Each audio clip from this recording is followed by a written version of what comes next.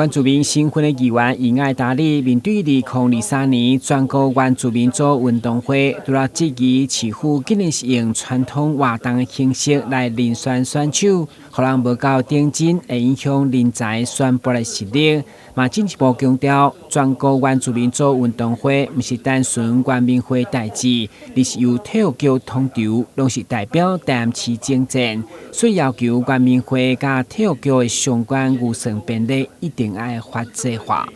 拜托体育处能够注意到，今天台南市所有的体育赛事活动，其实都是你体育局的事啦。我们既然已经独立起来了嘛，对不对？你看，全国劳工运动会、全国身心障碍运动会、全国这个中等运动会，其实都是你体育局这边在主管的嘛。对。所以真的不要把全国原住民运动会当成是原住民的事，好像跟台南市没有关系。我们这些选手出去比赛也是代表台南市科目的哪一项里面的多少钱。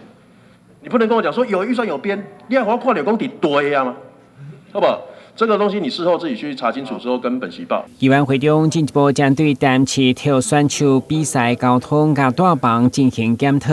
其中一人一暗竟然只有400块到600块，叫卖讲交通车的补助对区间车到自强号标准是大无同，所以要求选手出身的体育局长提振体育爱对落实照顾选手开始。住宿费的问题，你说我们调整了。每个人头从400块调到600块，各位啊，这个所谓的我们看到非全国性的一个综合赛事，400块一个人头，比方说这些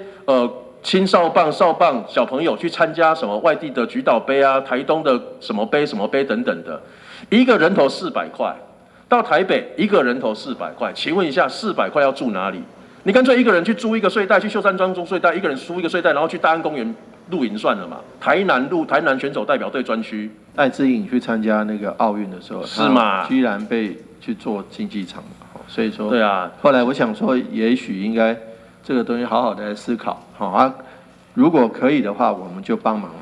怎么样子？包括他的交通费，我们都还重盘检讨一下。议员表示，日前台南市筹组少棒加青少棒代表队来参加2023年全国原住民族运动会棒球项目，希望不是志在参加，而是展现培训的成效，全力以赴。台南新闻，军职林根采访报道。